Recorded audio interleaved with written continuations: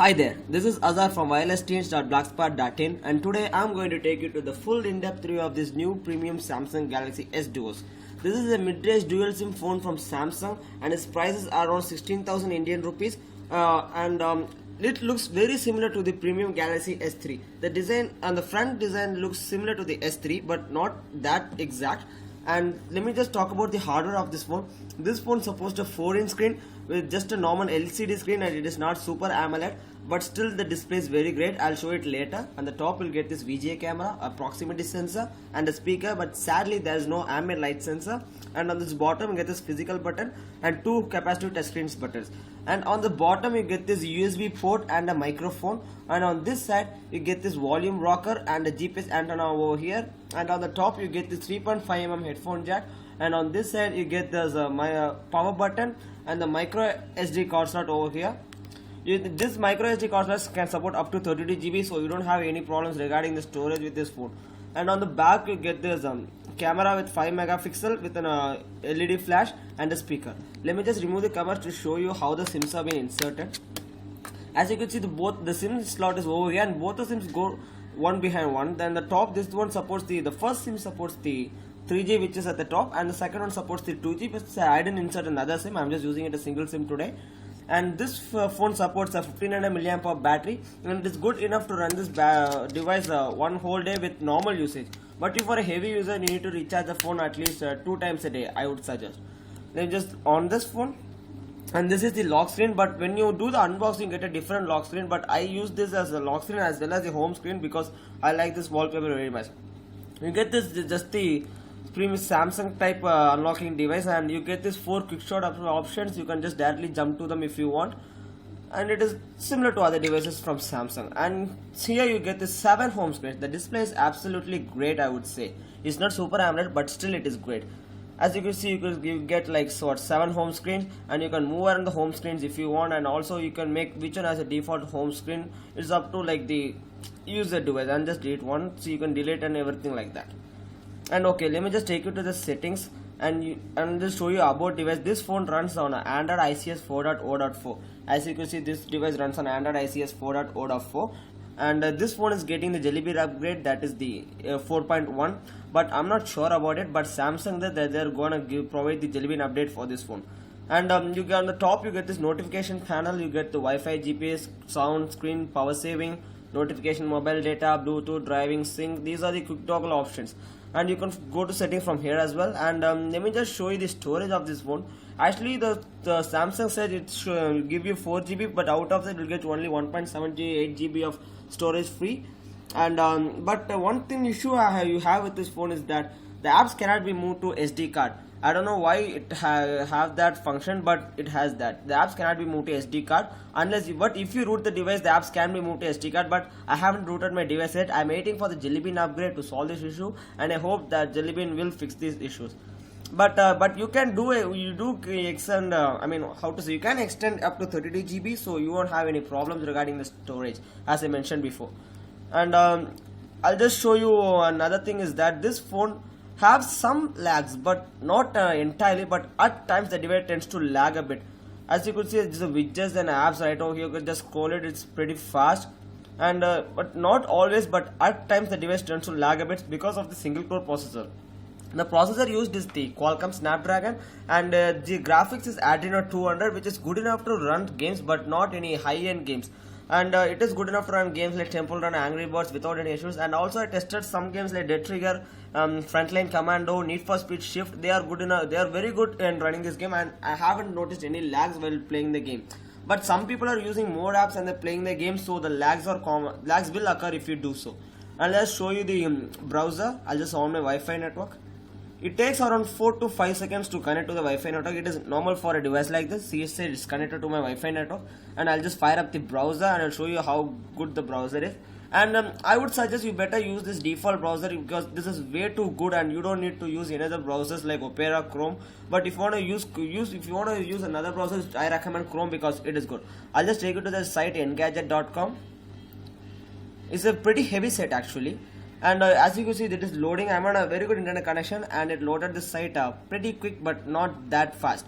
I mean, for a processor like this, it is real good. As it's still loading, but in the price we do get these pages here. As you can see, the roll is scrolling is here, but in this side you don't get this pinch to zoom function since the letters are too very visible. So I'll just take you to another site, phonearena.com. That is one of my favorite site actually. I used to visit it every time. Phonearena.com, and it is loading the site. It's a very heavy site compared to Engadget, I would say, and this phone does take times to load sites because of the processor used, and Samsung in order to provide this as a mid-range device, some compromises has to be made, and that's what Samsung made some compromises. The processor is 1 GHz Qualcomm Snapdragon Cortex A5, which is a very old outdated processor, but still this phone is good enough to run with that. And also this phone got 768 MB of RAM, so this phone is way too great if you use some extra multitaskings, but still you don't get much of a lag. This device can perform its operation very well, and the pinch to zoom function is good. As you can see, I'm doing it very fast, but still it is good enough, and the scrolling is also very great, but not that fast compared to like what quad core CPUs. But don't ever compare this device to any Samsung S3, Note 2 or iPhone devices like that, but this device is not that good capable to compare with those devices. And so as you can see, this phone is good enough with this Wi-Fi on a default browser, and if you want to use a 3G network and you can use it, I would say this is pretty good when loading sites and all that stuff. Just open some links, say for example analyst thanks to Apple iPad mini. It does take time because of the processor, and considering the price, it is, you can get in India for around 16,000 Indian rupees, and I think the price might go a bit low, but when it was launched it was actually 90,500. Now it dropped to 16,500, and it is taking me to some site. Sorry, I clicked the wrong link actually. Okay, it doesn't matter. Just taking the Sony Xperia E, just showing, see the pinch to zoom is way too good. See, you can still get this full, and you can still get this. Like it is, the capacity is 1500 milliamp hour, showing this Xperia E's display and everything. It is good. See, the pinch to zoom is full. You can still get the pictures are very clean.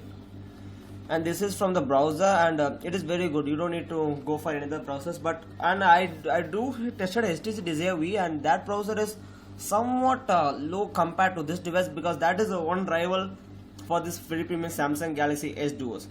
But I'm so happy. This is my personal device. I tested it for more than 3 weeks, and I made this review. And I would say this phone is pretty good if you are if you know how to use a single core processor. And I'll just show you a for example. If you want to add some widgets, you just have to, just like the standard Android stuff, just hold it up, and you can just move it around any home screens if you want. You just put it up right over here, and also you can adjust the home screen, adjust this. You can adjust the widget as per your command. It's very just similar to this stock Android. Just delete it up. I don't need it actually. There's too much of junk in my home screens. And considering the camera, this comes with the 5 megapixel camera.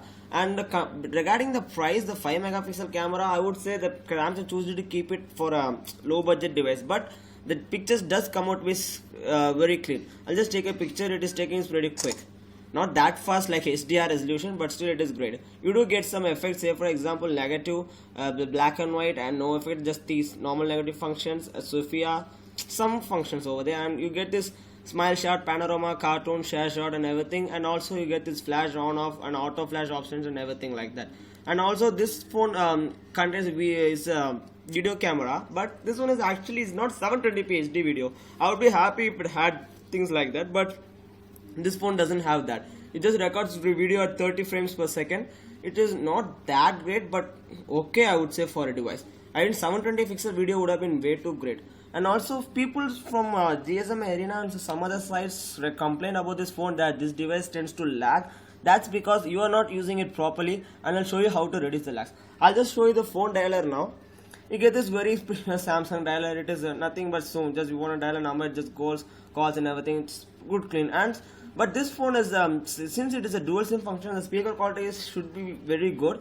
So I tested it on a 3G network. It is very good in making calls, and also video calls come out to be very clean. You get the VGA camera. It is good enough. And what made this? How can you control this smart dual SIM functionality? Is that if you want to go to settings, you get this SIM card manager. But I'm sorry, I just entered one SIM. But if you install another sim, this sim will be active. If you just click, it will say that this sim is active now or this one is active. Just you can switch around the sims, and also you get this option which that receive incoming calls from both the sims. So if you just toggle it on, you can even get calls from one sim if the other sim is busy. And if you want to, want to switch to other sim, you can also do from notification tray. Since instead of one sim just showing Airtel, this is the one service provider. But if you use two sim, you're gonna get an option like sim 1 and sim 2. So you can just switch. You can just just switch it from your notification bar itself. So it is easy. You don't have any issues. And okay, talking about the lags, yeah, of course, this phone do have some lags, but it can be controlled if you know how to use it. You gotta understand that this phone is a single core processor and not dual core or quad core, so multitasking is the part where this device would lag. In order to reduce lag, after you open some apps, I would say don't open more than 5 or 6 apps. If you do so, the device tends to lag a bit. So you can avoid this by just holding the center button and just swiping it off, which means the apps are currently closed, as you could see. And also you get the remove all button in this and all. Then go to the task manager and clear the memory. Memory will be clear, and you do get some space for your next processors and other apps to run. I'll just show you from the application manager, show you the running apps so that you can get a better idea about the RAM, actual amount of RAM free. See, you get around like what 218 MB of RAM free right now, but it just tends to differ. Doesn't matter actually, but if you use it regularly, then you won't have any lags. I mean, not much, but you won't have lags. I'll just show you some games. Let's run the very popular Temple Run game. People said that this phone is not very good in supporting the Temple Run game. It does tends to lag, but if you close the processor and clear the RAM memory, this phone doesn't lag while playing Temple Run. And I'm sorry, I'm just recording this from my Sony Xperia Pro, so it just contains 720 pixel recording, so this just tends to keep a few frames, but this I'm playing this, it is coming very clean. But in the video you may think that it is skipping a frames, but it is not. It's because of the poor video quality. I'm sorry for that. As you can see, this device runs this game pretty good, no lags or something like that. And that's it from the Temple Run game. And I'll just show you some other games. Say for example, I'll just show you the another popular game like I'll just show you the basketball. This game got 10 million plus downloads actually. It is loading this game, and it is a good game. It is one of my favorite. I'm sorry, just stupid ads. I hate them actually from Play Store. Just phone it up. Escape. The round on seat is very good. This is one of my favorite game. I used to play it a lot. It's like addictive if you start to play it. I love this game actually. As you can see, this phone is able to run this game without any lags. It's very good. So regarding some high-end games, I downloaded I downloaded the Need for Speed Shift, and that game is also pretty good without any lags. But if you use it like around no apps, more apps running in the background, this game will lag. Not just this game, every single core processor have more apps running in the background will lag. I just finished this game yesterday. One of my favorite. I used to play Need for Speed on my laptop, but I just don't want to download this because it is way too great. If you need some quick race, I'll just put it.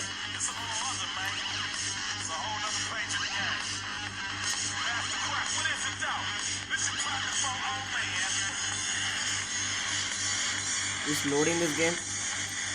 Yeah, the game is loading. So you can see it doesn't skip any frames or like that. It is so good, I would say. It's one of my favorite games.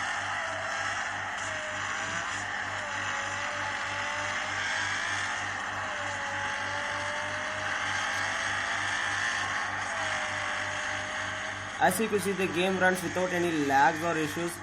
Regarding the processor and the GPU, this phone is way too good in running games like this.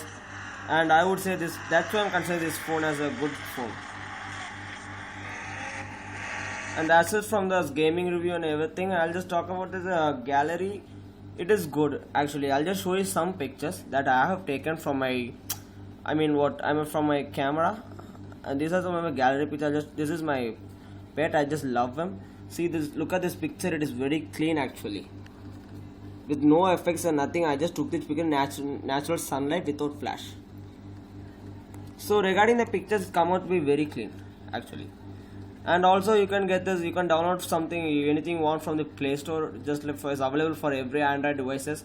And also you can use like what Black Mud Alpha and everything, but I wouldn't recommend to people.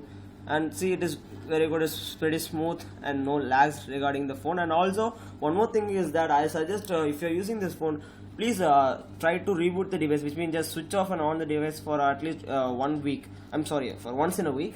It is if you do so, it will clear up the RAM space and also the phone will perform great. But I wouldn't recommend it much, but if you do that, you will get this. And regarding the considering the price and for the dual SIM function, I would say this phone is pretty good, and I'm suggesting to my friends to buy it. And I don't want to suggest you because you got some other ideas. So you got this from the review, and go for it, check for it. And if you like this review, don't forget to hit the like button, and also check my blog. This is the recent blog we have opened. We'll be having more updates coming soon, and I hope to see you in my next review. Thank you.